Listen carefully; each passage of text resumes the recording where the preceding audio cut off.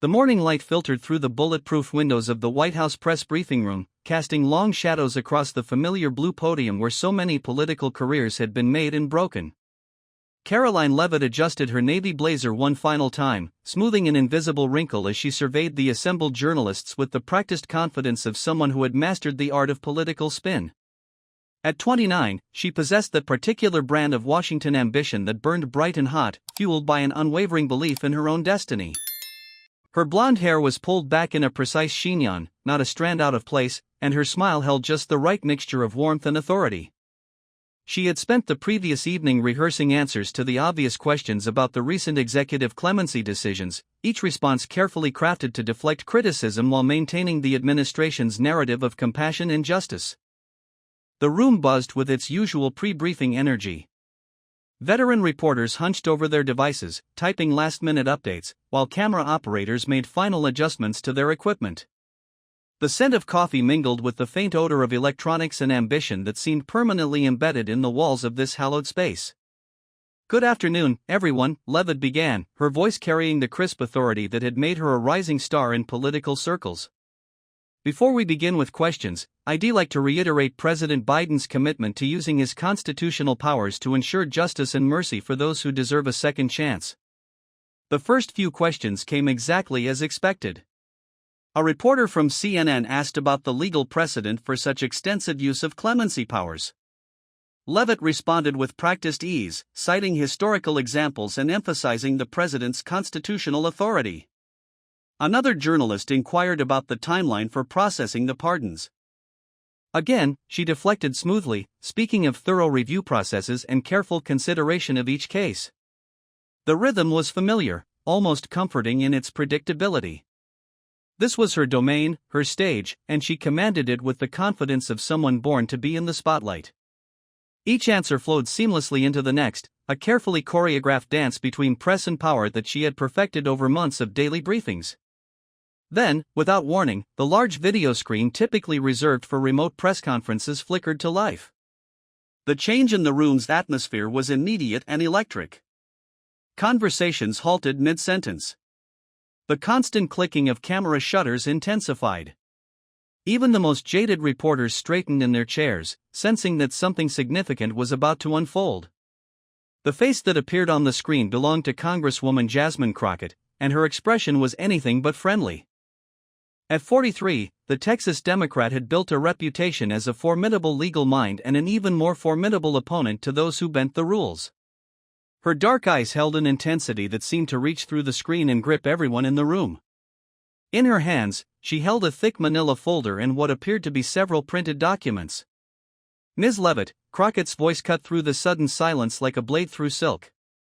"I hope you don't mind the interruption, but I'm afraid I have several rather pressing questions that simply cannot wait for your next scheduled appearance before Congress." Leavitt's smile faltered for just a moment before reassembling itself, though those who knew her well might have noticed it now carried a slight edge. "Congresswoman Crockett, while I appreciate your enthusiasm for oversight, this is a press briefing for accredited journalists. Perhaps you could schedule an appointment through proper channels?" "Oh, but en masse." "Leavitt," Crockett replied, her own smile appearing sharp enough to cut glass, "I believe the American people deserve immediate answers to questions about these clemency decisions. After all, transparency is supposedly a cornerstone of this administration, isn't it?" The reporters in the room exchanged glances. This was already far more interesting than the usual back and forth of a routine briefing. Several began typing furiously on their devices, sensing a story developing in real time. Leavitt maintained her composure, though her grip on the podium tightened almost imperceptibly. "Congresswoman, I'm not sure what you're implying, but the clemency process has been conducted with complete adherence to established protocols. Perhaps if you better understood the complexities of executive clemency procedures." "Oh, I understand procedures quite well, Ms. Leavitt," Crockett interrupted, her voice rising slightly. "What I'm having trouble understanding is why you seem to think I'm too emotional or too ignorant to grasp what appears to be a very clear pattern in these decisions." The word emotional hung in the air like a challenge. Several female reporters shifted uncomfortably, recognizing the loaded nature of the comment. The implicit condescension in Leavitt's tone had not gone unnoticed, and Crockett's eyes flashed with something that might have been dangerous if channeled through different means. I never said you were emotional, Congresswoman. I simply suggested that the complexity of federal clemency procedures might require. Let me demonstrate my understanding, Crockett said, lifting the manila folder. I have here a list of the 73 individuals who received clemency in the recent announcement. Would you like to know what I discovered when I cross-referenced these names with public records? Leavitt's media training kicked in. When faced with unexpected information, deflect and control the narrative. Congresswoman, I'm not sure what conspiracy theories you've been entertaining, but 47, Crockett said simply, letting the number hang in the air. 47 of the 73 individuals who received clemency were major donors to the Clinton Foundation. Not small donors, Ms. Leavitt. Major donors. We're talking about contributions totaling over $12 million. The room erupted. Cameras flashed in rapid succession. Reporters began shouting questions, their voices overlapping in a cacophony of journalistic hunger. The careful choreography of the briefing had shattered completely, replaced by the raw energy of a breaking news story. Leavitt raised her hand, trying to restore order. That's purely coincidental. The clemency process is based on merit, on rehabilitation, on Ms. Leavitt. Crockett's voice cut through the chaos with laser precision. Mathematics doesn't lie. In a random sampling of 73 individuals from the federal prison population, what are the statistical odds that 64% would happen to be major political donors to the same foundation? The question was rhetorical, and everyone in the room knew it. The implications were staggering, and Leavitt could feel the ground shifting beneath her feet. This wasn't the usual partisan squabbling or policy disagreement. This was something far more serious. You're turning this into a circus, Leavitt said, her voice carrying a note of desperation that she immediately regretted. The admission of lost control was exactly what her opponents would seize upon. Crockett's smile returned, but it held no warmth. No, Ms. Leavitt. The circus has already been running. I'm simply turning on the lights so the American people can see what's been happening under the big top. She reached for her mobile phone, and the gesture sent a chill through the room. Everyone present understood the universal sign of someone about to reveal more information, and given what had already been disclosed, the anticipation was almost unbearable. Now, Crockett continued, her voice dropping to a more intimate register that somehow made her words more threatening than if she had shouted them, let me show you the correspondence that explains exactly how this remarkable coincidence came to pass. The silence in the room was deafening. Even the most experienced reporters, who had witnessed decades of political scandals and revelations, seemed to hold their breath. Camera operators adjusted their equipment, ensuring they captured every moment of what was clearly about to become a defining moment in recent political history. Leavitt stood frozen at the podium, her carefully constructed confidence crumbling like a house built on sand. The routine briefing she had prepared for, the comfortable predictability of her usual verbal sparring matches with the press, had transformed into something entirely different. This wasn't a political debate or a policy disagreement. This was an examination under oath in the court of public opinion, and she was beginning to realize she might not have prepared for the right test. The weight of impending revelation hung heavy in the air, and everyone present understood that whatever came next would change everything. The smartphone in Crockett's hand seemed to pulse with malevolent energy as she held it aloft, its screen glowing like a digital sword of Damocles hanging over the briefing room. The silence stretched unbearably, punctuated only by the mechanical whir of camera motors and the faint electrical hum of television equipment capturing what would undoubtedly become a historic moment. What I'm about to share with you, Crockett began, her voice carrying the weight of constitutional gravity, represents correspondence between two of the most powerful women in democratic politics. Communication that reveals the true nature of these clemency decisions. Leavitt's media training screamed at her to interrupt, to seize control of the narrative before it spiraled completely beyond her reach. Congresswoman, I must insist that you stop this unauthorized disclosure of what may be classified. Nothing classified here, Ms. Leavitt, Crockett interrupted smoothly. Just private communications between concerned citizens discussing matters of mutual interest. Though I suppose when those citizens happen to be former first ladies and current first ladies, the conversations take on a rather different character. The room's energy shifted palpably. Reporters leaned forward in their seats like hunters catching the scent of their prey. The mention of first ladies had elevated this from a routine political dust-up to something approaching constitutional crisis territory. Phones buzzed incessantly as news organizations prepared to break the story across every available platform. Leavitt felt beads of perspiration forming beneath her carefully applied makeup. Any private correspondence you may claim to possess would be inadmissible in any legitimate proceeding and represents a serious breach of "let me read this exactly as it was written," Crockett said, her voice cutting through Leavitt's protests like a judicial ruling. She adjusted her reading glasses with theatrical precision, ensuring every camera captured the gravity of the moment. From Hillary Rodham Clinton to Dr. Jill Biden, sent via encrypted email 3 days before the clemency announcement. Crockett paused, letting the timeline sink in. The subject line reads, "Our friends in need." The phrase hung in the air like incense in a cathedral, heavy with implication. Several reporters began typing frantically, their fingers racing to capture every word of what was clearly becoming the political story of the decade. "Dearest Jill," Crockett continued, her voice taking on a slightly theatrical quality as she performed the reading, "I hope this message finds you well as you navigate these final challenging weeks. I wanted to reach out regarding several individuals who have been extraordinarily supportive of our shared values and initiatives over the years." Leavitt's face had drained of color, but she maintained her position at the podium like a captain refusing to abandon a sinking ship. Her hands gripped the lectern so tightly that her knuckles showed white beneath her carefully manicured nails. "These are people who stood by the foundation during our most difficult periods, when political adversaries sought to undermine the important humanitarian work we were doing around the world. Their financial support wasn't just generous, it was essential to our survival as an organization dedicated to global progress. The implications were devastating. What had begun as a standard clemency review was being reframed as a quid pro quo arrangement orchestrated at the highest levels of Democratic leadership. The mathematical coincidence that Crockett had identified earlier was transforming into something far more sinister.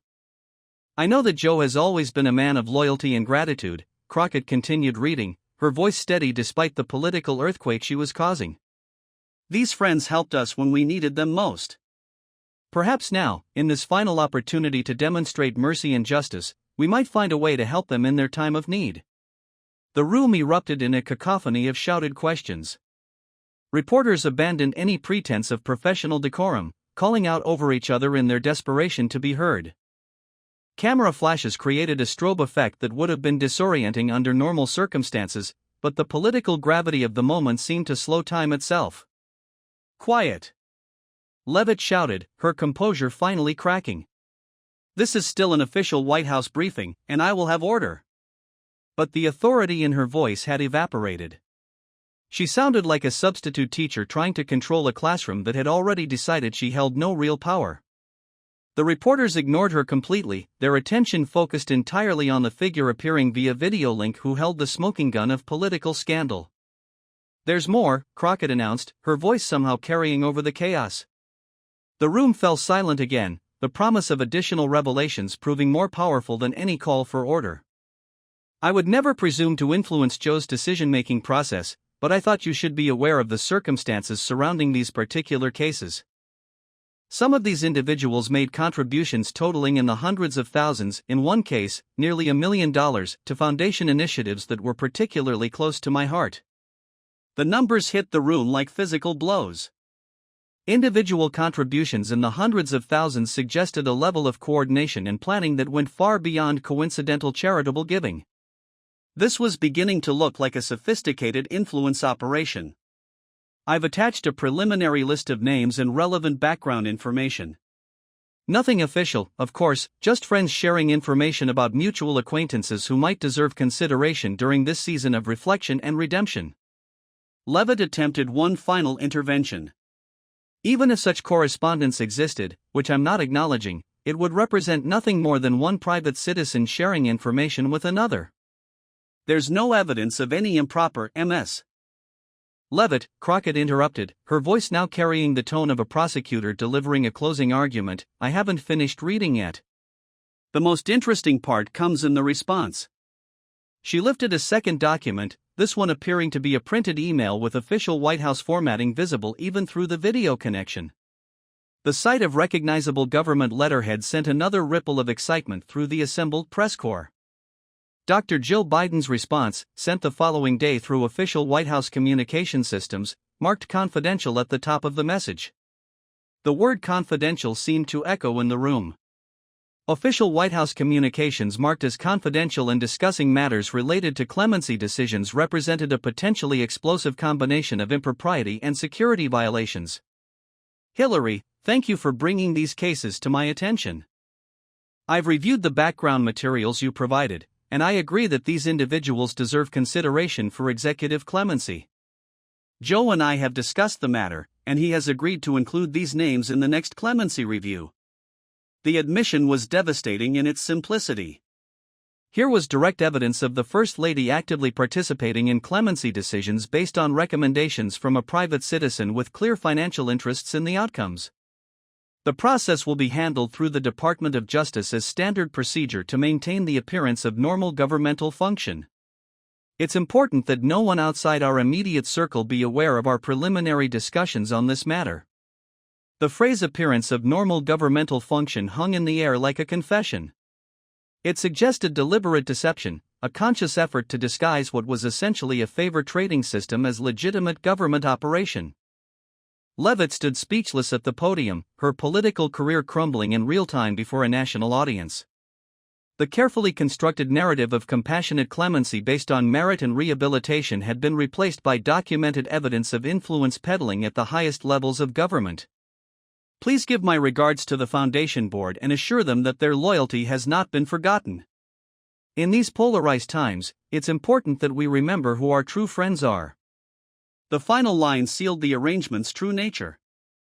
This wasn't about justice or mercy, it was about political loyalty and financial obligation being repaid through the misuse of constitutional powers.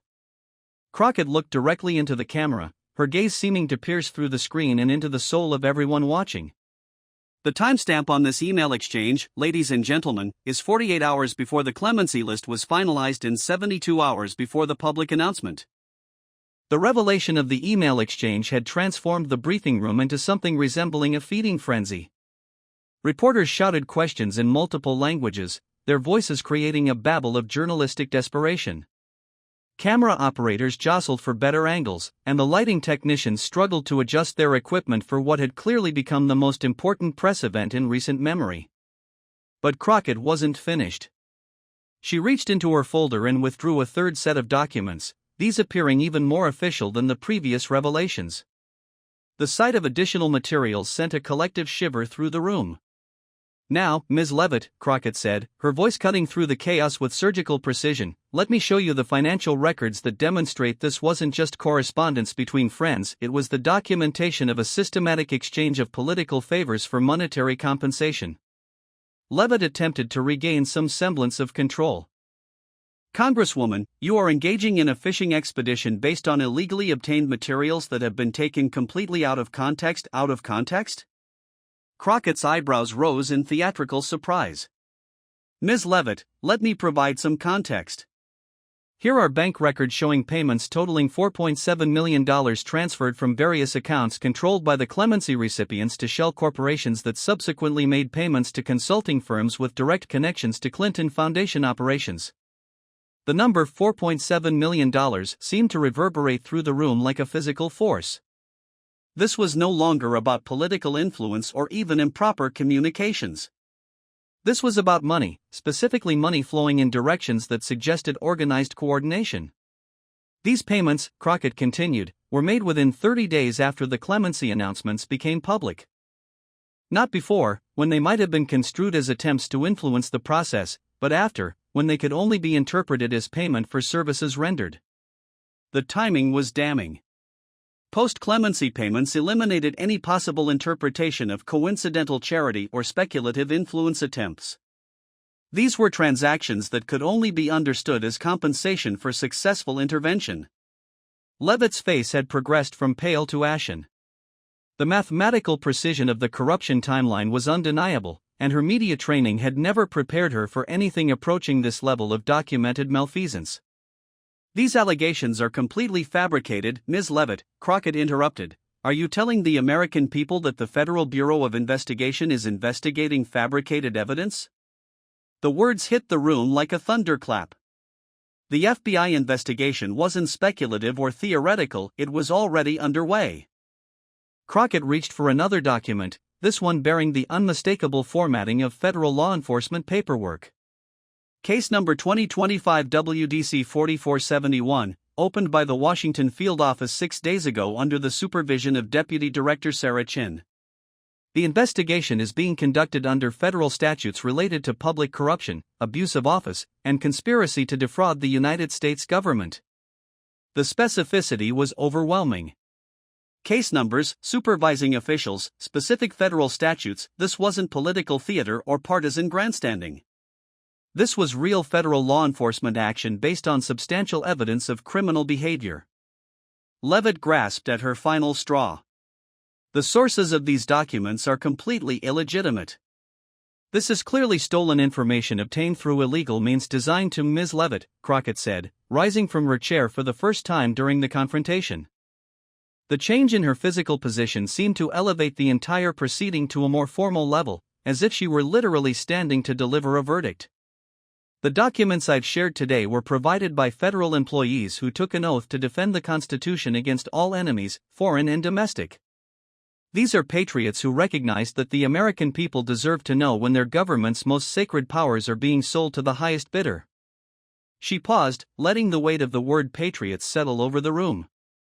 In the current political climate, the term carried enormous emotional resonance, particularly when applied to whistleblowers exposing government corruption.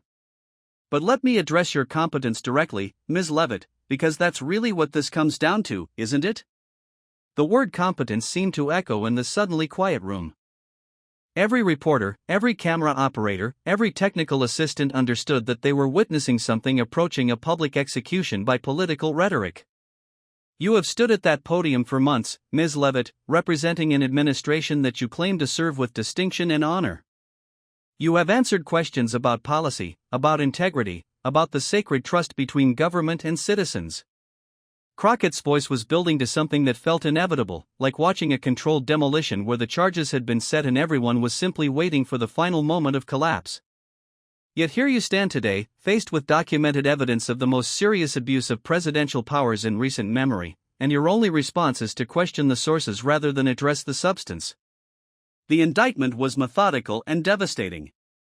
Rather than screaming accusations or engaging in partisan rhetoric, Crockett was methodically demonstrating Leavitt's fundamental failure to serve her basic function as a government spokesperson.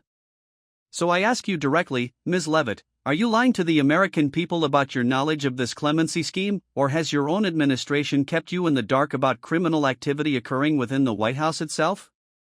The question hung in the air like a sword suspended by the thinnest of threads. It was a perfect logical trap. Either Leavitt was complicit in covering up criminal behavior, or she was so incompetent that her own administration didn't trust her with crucial information. Because, Crockett continued, if you are aware of this information and have been deliberately misleading the press and the public, then you are actively participating in a conspiracy to obstruct justice. The legal terminology was precise and devastating. Obstruction of justice wasn't a political charge or a partisan attack, it was a serious federal crime that had toppled previous administrations. And if you are not aware of this information, if your own administration has kept you ignorant of criminal activity being conducted in your name, then you are demonstrating a level of incompetence that disqualifies you from holding any position of public trust. Leavitt opened her mouth to respond, but no words emerged. The logical precision of Crockett's argument had eliminated any possible avenue of escape. She stood at the podium like a defendant who had just heard the jury foreman read a guilty verdict. Either way, Ms. Leavitt, Crockett concluded, her voice carrying the finality of a judge pronouncing sentence, you have proven yourself unworthy of standing behind that podium and speaking for the American people. The room fell into absolute silence. Even the most experienced political reporters, who had witnessed decades of scandals and revelations, seemed stunned by the completeness of the destruction they had just witnessed. Leavitt's hands trembled as she gathered her papers, the simple physical act of organizing documents becoming an impossible task under the weight of political annihilation. Her voice, when she finally spoke, barely rose above a whisper. This briefing is concluded. The words seemed to struggle to escape her throat. She turned away from the podium without taking questions, without attempting any final defense, without even maintaining the pretense of governmental authority. As she walked toward the exit, the room exploded into chaos once more. Reporters shouted questions that she ignored completely, their voices creating a cacophony of journalistic feeding frenzy that would echo in political memory for years to come. Crockett remained on the video screen, watching the destruction she had orchestrated with the calm satisfaction of someone who had just successfully defended the Constitution against those who would abuse it. "Ladies and gentlemen of the press," she said, her voice somehow carrying over the chaos, "this is what accountability looks like in a constitutional democracy. The truth always finds its way to the surface, no matter how deeply some may try to bury it." Within hours, news networks across the country were breaking into regular programming to cover what commentators were already calling the most significant political scandal since Watergate. Social media platforms crashed under the weight of traffic as millions of Americans shared and discussed the revelations. By evening, Karoline Leavitt had submitted her letter of resignation to the Chief of Staff. By the following morning, Hillary Clinton had been formally named as a target in the federal investigation into clemency-related corruption. The brief confrontation in a White House briefing room had accomplished what years of political opposition and investigative journalism had failed to achieve. It had exposed the machinery of corruption that operated behind the facade of democratic governance, and it had done so with mathematical precision that no amount of political spin could obscure. The truth, as Crockett had promised, had indeed found its way to the surface.